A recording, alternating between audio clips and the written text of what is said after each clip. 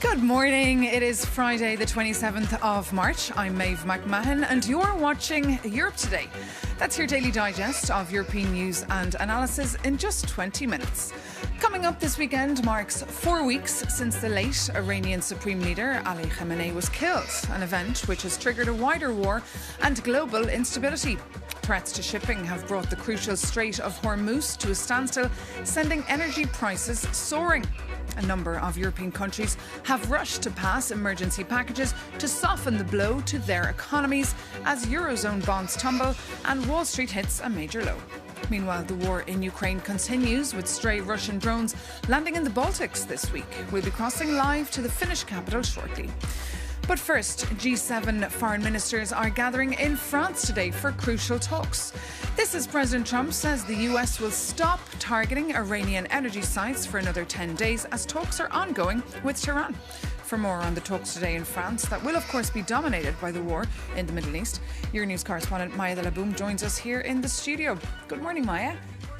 So look, all eyes, of course, on the US Secretary of State Marco Rubio today at those talks. Will he be able to convince his counterparts, though, that the US really does have a plan here to end this war? I mean, he will have to convince, but he will also have to reassure them that there is an exit plan, because we have heard from US President Donald Trump that there are negotiations between the American and the Iranian side, but we don't know much about what these talks are about. And in the meantime, you have, strikes that are ongoing in the region. And now we have Trump saying it is in the interest of Iran to negotiate the deal. Let's take a listen. They are begging to make a deal, not me. They're begging to make a deal. And anybody that saw what was happening over there would understand why they want to make a deal. I say they're lousy fighters, but they're great negotiators.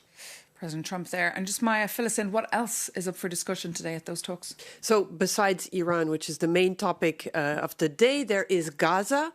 The ministers will call for a ceasefire in Gaza, but they will also say more humanitarian aid is needed there. Clearly, as you know, there are divisions also with their relationship with Israel, especially the Europeans. They will also talk about Ukraine, which is the main topic on the agenda. How do we maintain the support for Ukraine, but also how do they intend to put more pressure on Russia? And that is the key question here. All the attention is on Russia because Russia is involved in two conflicts. You have Ukraine, but also there is Iran. And so these two conflicts are intertwined. And this is what, the EU's chief diplomat said yesterday as she entered the G7.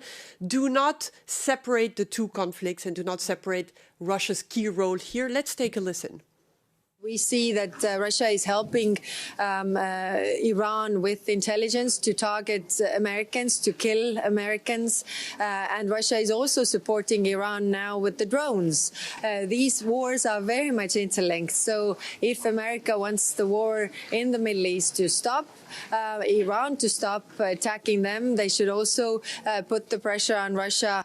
Kaya Kallas there. And Maya, this summit also is coming ahead of the big G7 summit taking place in June. There's a bit of controversy here, though, about South Africa's participation. It looks like they won't be invited now.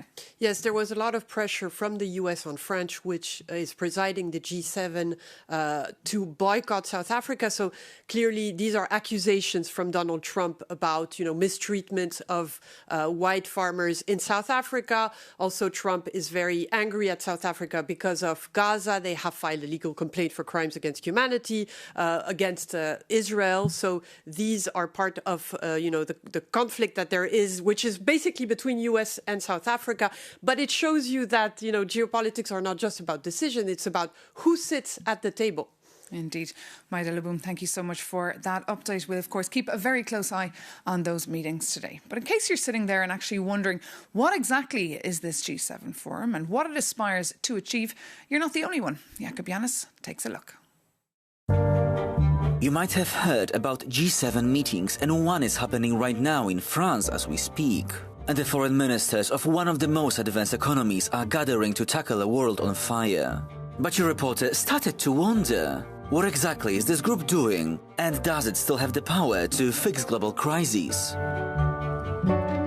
The Group of Seven is an exclusive informal club made up of the United States, Canada, France, Germany, Italy, Japan and the United Kingdom, alongside the EU. And they have immense economic gravity. When the G7 unifies on freezing assets or setting global taxes, the rest of the world listens and usually adapts. And as they meet today, they will discuss ceasefire plans in Gaza, securing maritime passage in the Strait of Hormuz, backing Ukraine and adding more sanctions on Russia's shadow fleet. And it all feels like history is repeating itself. After all, the G7 was created on the French initiative, following the 1970s oil crisis. And it all sounds nice, but you might be wondering, does it actually have power? And the answer depends on how we define it. The G7 cannot pass binding international laws, and it has no combined military. Every pledge relies entirely on leaders keeping their promises back home. But not everything is so sweet, as it faces structural limits. By limiting its membership to traditional Western powers, it does overlook the global South and the rapid expansion of BRICS Plus, so a coalition of emerging economies, proves the G7 is no longer the only heavyweight in the international affairs. And as Donald Trump pushes to make global policy entirely by himself, the G7 might seem like a relic. However, it stands as a major attempt to keep the world's biggest democracies working together, rather than each going it alone.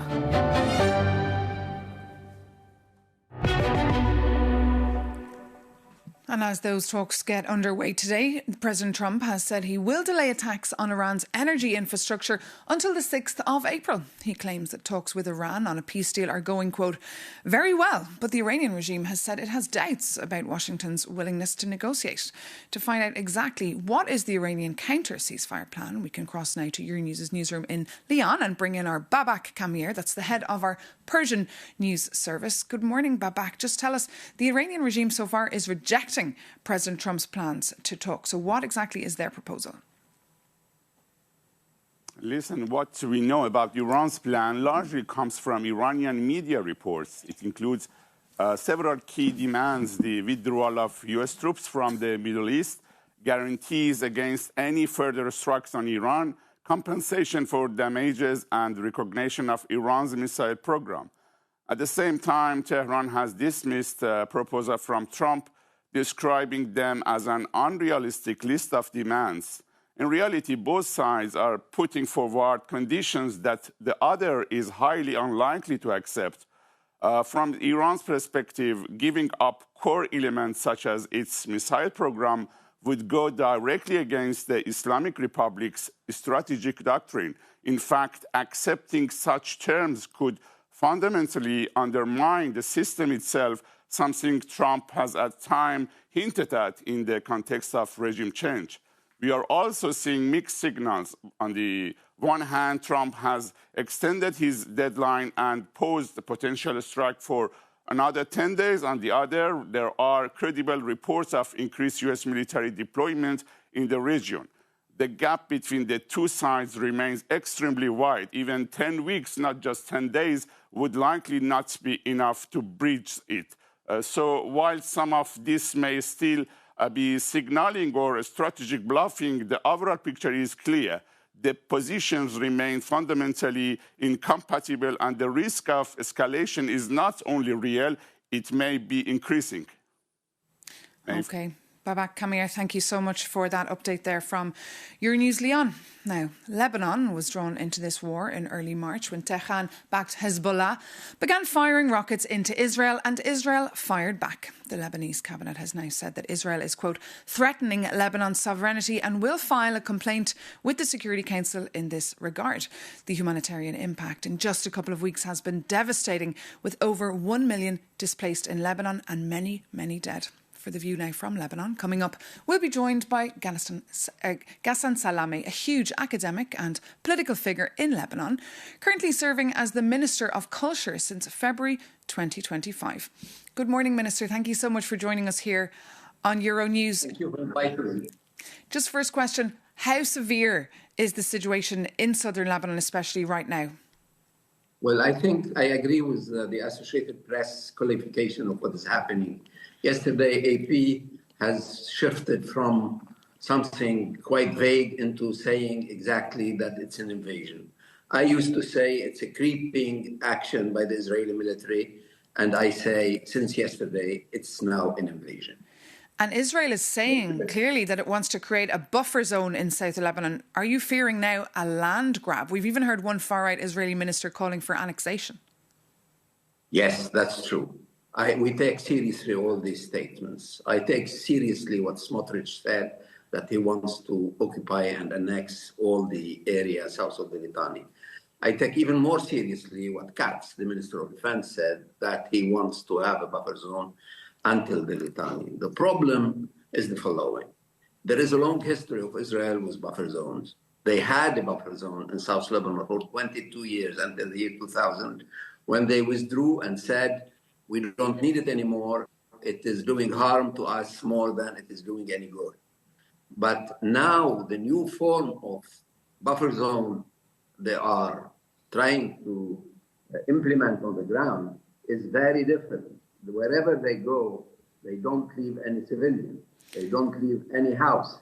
They don't leave any possibility for civilians to go back to houses because they are absolutely destroying all the villages. 34 of them have been destroyed, and therefore what they are, the new concept of the buffer zone is a much more radical one, much more damaging for the civilian population. And tell me, how is your government supporting civilian populations? Are you encouraging people to stay in areas that are under attack, or should they flee? And do you have enough support for these people on the ground? It is very difficult to support them because very often ambulances are hit, relief trucks are hit, etc. So no, we leave it to them to decide what they do. But whenever they move from their homes, we take care of them. And that's why we have now more than 700 shelters across the country where they are received and properly treated. And in fact, I am going immediately after this interview to visit 3 or 4 of these shelters in the outskirts of Beirut. We take care of them. And I should say that the flow of international aid is starting to come and to help us by sea and by air. And we have put in place a service of very rapid distribution. Once we get any help, it goes almost the same day to those who need it. We have now more than 1,100,000 people. That's 1 out of 5 Lebanese who has been displaced, and some, I would say 17 or 18% of them live in these shelters. And any hopes for talks with the Israelis to bring an end to this? We offer. The President of the Republic offered negotiating with Israel. We didn't have the proper answer so far. And we haven't been able to encourage possible mediators to put enough pressure on Israel to answer to our proposal. But the proposal was officially made by the president 3 weeks ago. And even if there is a ceasefire eventually between the US, Israel and Iran to end the war, to what extent could Lebanon just be left to be destroyed? It can be left to be destroyed. Here we are navigating very, very prudently between 2 possible scenarios we don't like. One, that there is a ceasefire in the Gulf, although I don't see it right now. I don't see it, but this is another story. But suppose you have a ceasefire in the Gulf and Lebanon is left to itself to be destroyed entirely by the Israelis. This is one horrible scenario.